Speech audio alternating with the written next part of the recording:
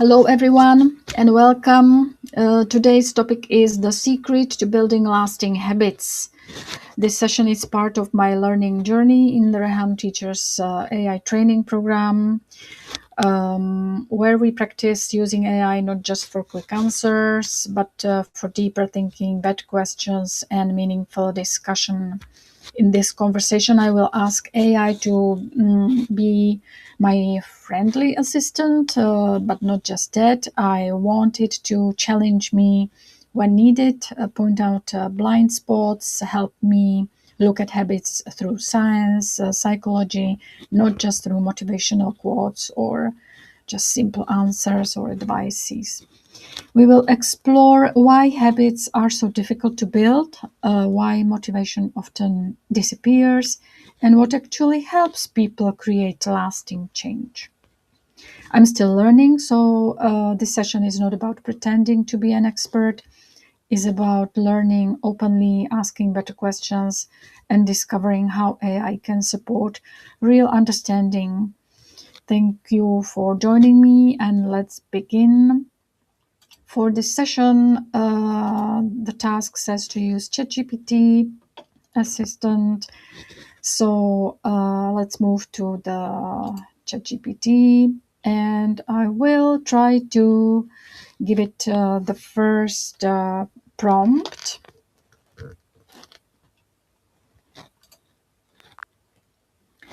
Hello, today I want you to act as my learning partner. Our goal is to explore ideas, develop critical thinking, and improve my questioning skills. Please follow these strict guidelines for our session. Challenge me. Don't simply agree with me. Safely challenge my assumptions, point out blind spots, and present some counter arguments. Be evidence based. Ground your responses in science, neuroscience, psychology. Avoid some generic, vague platitudes. Give me facts and data. That's what I'm interested in. Show multiple perspectives. If some concepts like consensus present the differing viewpoints clearly. So let's begin our thoughtful conversation on the secret to building lasting habits. I'm ready to dive into this with you. So, to start, when people say lasting habits, they often think of sheer willpower or motivation. But what do you think actually makes habits stick around in the long run? And do you think it's more about internal factors like your identity or external cues and environment? Let's break down what you think first, and I'll challenge from there. Okay, so the first, maybe we should define what really is a habit. What is a habit from the perspectives of psychology or neuroscience? How is habit different from these other terms like a routine, goal, decision? Great starting point. In psychology and neuroscience, a habit is basically a behavior that's been repeated so often it becomes automatic. It's driven by cues and a loop of cue, behavior, and reward. The brain's basal ganglia are key in forming habits. Now, a routine is similar, but it's often conscious and planned, while a habit runs more on autopilot. A goal is a desired outcome you're actively working toward, and a decision is a conscious choice you make in a specific moment. Now I'll challenge you. If habits are automatic, do you think they can still be intentional? Or do they inevitably require conscious upkeep to remain effective? Yeah, well, I think it overlaps. It is actually both, but I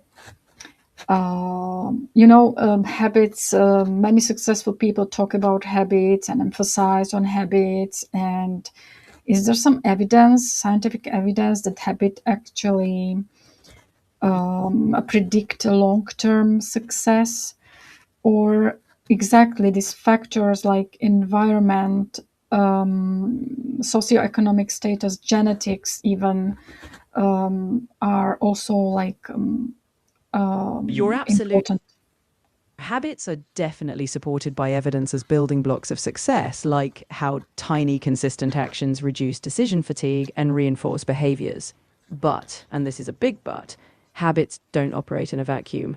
Your environment, socioeconomic conditions, and even genetic predispositions play a huge role. For example, if your surroundings cue unhealthy behaviors or if you're under chronic stress, building positive habits is harder. So lasting habits do matter, but let's not oversimplify. Context matters too. Would you say there's a habit you've tried to form but struggled with? And how did your environment or other factors come into play?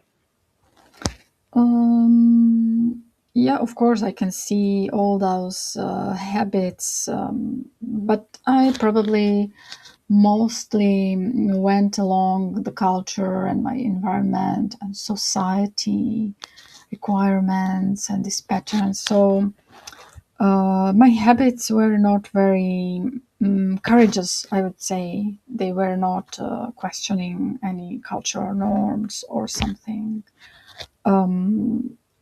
It's actually And I have to say that I would like to build some habits, but I often fail in continuing some that's a activities. Yeah. So why people fail? People often stumble because they rely on motivation alone, which is fleeting.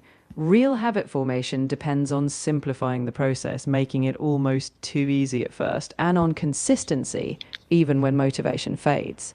If your environment doesn't support the habit, or if your expectations are too high from day one, it's easy to slip. But failure isn't a final verdict, it's just a sign to adjust. What's one habit you'd really love to get back on track with if you could tweak your approach? Well, I think about these New Year's resolutions, which people mostly abandon. That's why I don't actually do this. I don't set up my New Year's resolutions. And I usually start, yeah, with small steps, but it's really difficult to continue like long term. It makes sense why you'd skip big sweeping resolutions. Those often set us up for disappointment. The beauty of small steps, though, is they build momentum if you keep them realistic. Maybe your challenge is finding a system to celebrate even tiny wins. So, if long term is tricky, how do you currently track or notice progress? And do you think that could shift your relationship with keeping habits going? Actually, I think it must be a way somewhere in between because yes, the big goals are difficult to start, but then small goals or small steps are too small for me to actually like go for it. So I actually, for me, have to set up some middle way so I cannot overwhelm myself and I can still go for some smaller activities. That sounds like a smart insight. It's about striking a balance. So instead of too big or too small, what if you frame them as milestones, medium sized steps that still feel meaningful? Maybe we can explore how to set those up. What's one area of your life where a medium step could make all the difference in turning intention into action?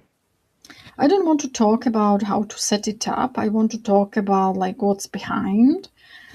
Does willpower really exist? Is it like a muscle we have to develop, or how to have the willpower? How to grow it? Willpower definitely exists, but it's not some magical, unlimited muscle. Research suggests it's more like a finite resource that can be depleted, though we can strengthen how we manage it.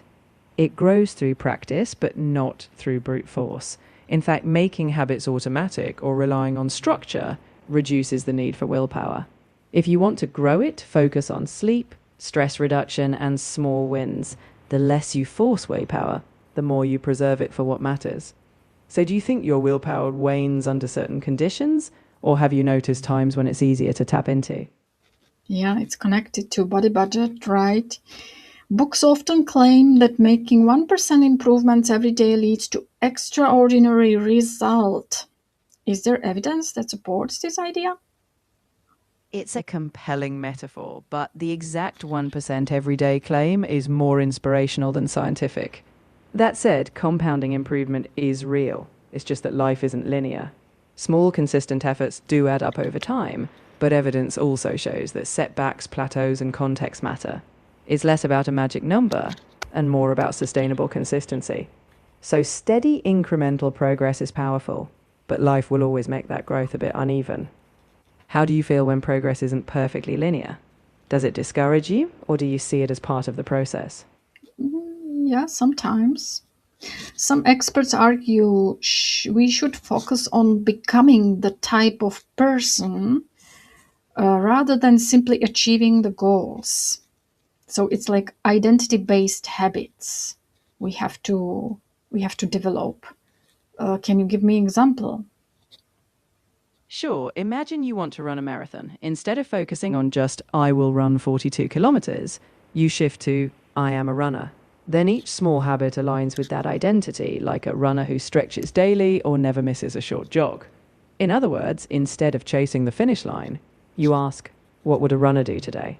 That way, your habits reinforce the person you believe you are becoming, not just a distant goal. What identity would you want your next habit to reflect? Oh, that's interesting, really. I'm glad. Um, and I'm thinking, like, coming back to that environment, to what extent are our habits shaped by our environment compared with conscious choice? So, if I listen, like, several podcasts about the health or the exercise or healthy diet, I probably would like to develop such habits, right? So, is it still my choice, or where is the line?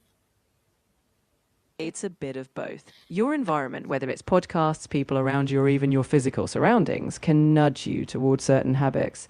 It's called choice architecture. But you're still making the conscious decision to engage with those influences. The line is fuzzy. Your environment primes you, but you still ultimately choose whether to act. The trick is to shape your environment so that the healthy choice becomes easier than not acting at all. What's behind that failure? Because failure probably decreases confidence and makes future success less likely. So, what's behind what's happening in the brain when we constantly fail to create a habit, healthy habit? When we experience repeated failures, the brain often interprets them as threats to our self belief. Your brain's emotional centers, like the amygdala, can trigger stress, and the prefrontal cortex, where self regulation lives, gets taxed. Over time, we associate failure with discomfort and avoid trying. But understanding that failure is data, not identity, can help. If you reframe it as part of learning, the brain is more likely to stay engaged. So, next time when a habit doesn't stick, try asking what you can tweak rather than judging yourself. That way, actually, can the habits can actually become harmful, right? If we don't go this way, don't understand what's going on, we it can be quite unhealthy. What are the extremes, like where we can get with the wrong understanding of habits and going from one failure to another? At one extreme, if someone believes failure defines them, they might stop trying altogether, leading to learned helplessness, feeling stuck and powerless to change. On the other end, if someone chases habits obsessively and views any deviation as catastrophic, it can lead to unhealthy perfectionism or even compulsive behaviors. In either case, it's not the habit itself, but the mindset around it. The key is balancing self compassion with accountability, seeing habits as flexible tools, not rigid rules. So, a healthy habit mindset allows for slip ups and course corrections without extremes. If you could recommend only three evidence based habits for children that would have the greatest lifelong impact, what would they be and why? First, fostering a habit of regular sleep routines is critical, since sleep underpins cognitive development and emotional regulation. Second, encouraging daily reading for pleasure builds a foundation for lifelong learning, critical thinking, and empathy. Third, regular unstructured play or physical activity supports not only physical health but creativity and social skills. These habits shape both brain development and adaptability for life. Okay, can you develop design 30-day habit building experiment for me so I can try it based on our discussion? I'd love to help you design something, but since habit change is personal, let's anchor it to your identity shift. First, choose one identity, like I am someone who values movement, or I am a lifelong learner. Then design one small doable action each day, perhaps a daily 5-minute walk or reading one article, and track it. Each week, reflect. What did you learn about your environment, motivational mindset? The experiment isn't about perfection, but about insight. After 30 days, you'll see what sticks and what needs adjusting. What if technology actually slows me down in like tracking my progress? Tracking is something that is boring for me. If tracking feels like a chore, let's simplify. Instead of technology, how about something tangible like a simple habit calendar on your wall? Each day, you just mark an X or a smiley face. No apps, no complex tracking. Just a visual cue that nudges you to notice your consistency. The point isn't perfect data, it's reminding yourself I showed up today. Does that sound more doable? It sounds stressful at the same time. I get that. The last thing we want is the tracking itself becoming pressure. In that case, maybe skip daily tracking entirely. Just reflect once at the end of each week. Did you move a little closer to that identity? If yes, great. If no, you adjust. Progress is a direction, not a daily tally. Okay, thank you. I will really think about it, how to make it the middle way for me. So what have we learned? What have we learned today? Well, AI can explain habits very well. Science can measure them, but only we are those who can choose which habits become part of our life. And I guess knowledge starts the journey and action completes it. Other thing I have learned is that our future isn't shaped only by the decision we make once, but it's shaped by the decision we repeat every day, right? And so here's the question to leave you with. If your daily habits stayed exactly the same for the next 5 years, where would they take you? Oh, that's interesting.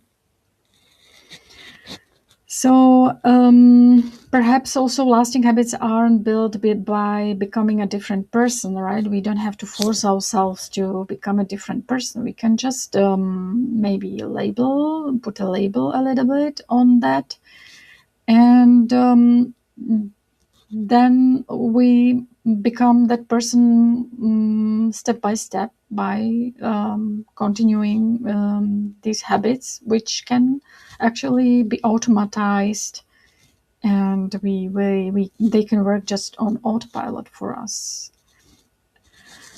Science suggests that lasting change rarely comes from one big decision. It comes from small actions repeated consistently until they become part of us, who we are.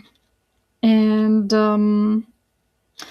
the most interesting thing is that the biggest battle isn't against our laziness, right? It's not that we are lazy, we don't have to use this word. It's against that automatic behaviors we repeat without even noticing. So to replace some habits of ours with the new one, more healthy ones. So if we change the habits, we gradually change our future. So every habit is a vote for the person we want to become. Wonderful. That would be what I have learned from this session. And I hope that you enjoyed and you have learned something as well, and maybe you will start some small habit of yours and continue, and it can become the foundation stone for the person who you want to become. I hope you enjoyed and have a great day. See you next time.